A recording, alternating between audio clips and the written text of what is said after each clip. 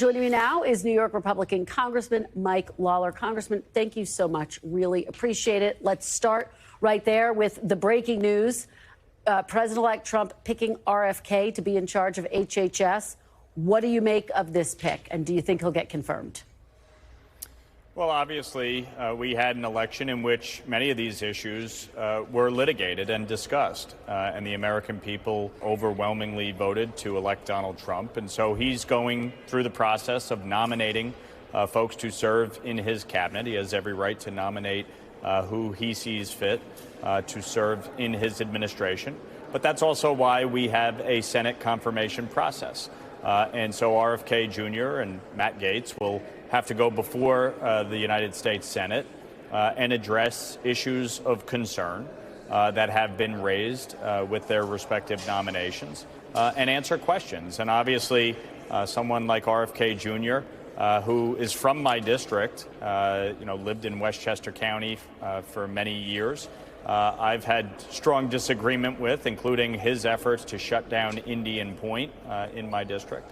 But that's why we have a process, and he will obviously be asked many questions, including about his position on vaccinations. Mm-hmm.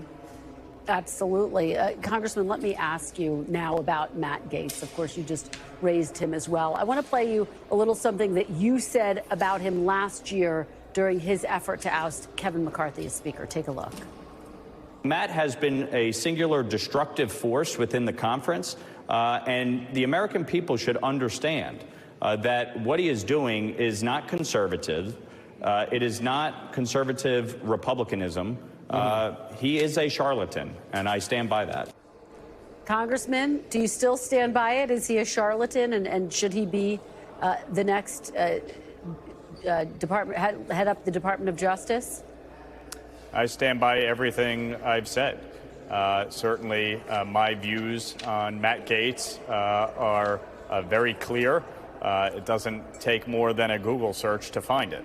But at the end of the day, President Trump has the right to nominate who he sees fit, and there will be a confirmation process. And I think Matt Gaetz certainly has a lot of questions to answer.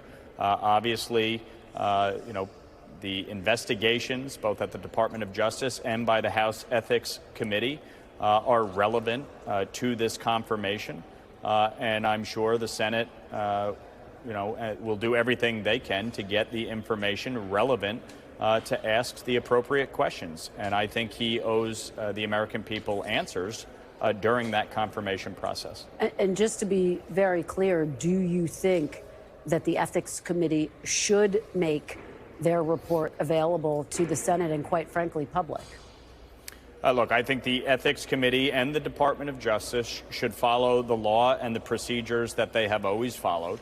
But I do think that information is relevant, and I do think the Senate should receive the information as part of their confirmation process. I think everybody is always entitled to due process of law. Part of what I do agree with President Trump on is that the Department of Justice has been weaponized and lawfare has been used. And ultimately, these issues were litigated before the American people, and they spoke loud and clearly. And we do need reforms at the Department of Justice. We need to make sure that the person leading that department is of the highest ethical standard. And I think the confirmation process will ensure that, in fact, whoever does get confirmed is of the highest ethical standard. And of course, DOJ officials would reject the notion that they are engaging in lawfare and would argue that, Kristen, respectfully, indicted, the president's son has been convicted. Right. So both parties have been the focus of Justice Department. But Kristen, I think the American people sent a very clear message that they think the people should determine the outcome of our elections, not the Department of Justice, not the courts, and certainly not rogue prosecutors in New York like Alvin Bragg. We need a criminal justice system that upholds the law, and obviously that is the focus of the new administration. Let me ask you about, because obviously you have President-elect Trump on the campaign trail saying that he wants to root out the deep state in the Justice Department, what he calls the deep state. You have Matt Gaetz saying very similar things. Do you anticipate, if he were to be confirmed, that he would overhaul the Department of Justice in terms of the staffers and the officials who work there? Look, I think ultimately what we saw in both the first Trump administration, where you had officials, saying that, in fact, Russia colluded with the Trump campaign when that turned out not to be true. And in fact, obviously, where you had multiple indictments against a former president, the first time in American history. You see these investigations now winding down with the court proceedings. Obviously, the American people heard all of this, and they voted. And I think what is clear is that we need to have a justice system that is focused on upholding the law, that certainly does not act without fear or favor towards anyone.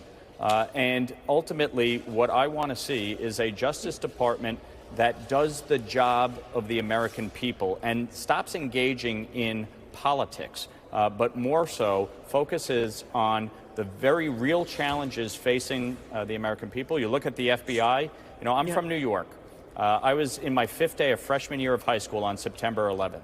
In the aftermath of September 11th, the FBI's primary focus and mission was on counterterrorism. And obviously, in recent years, we've seen the FBI be very focused on politics and government. And I think we have to get back to a place where we are focused on upholding the law and enforcing it.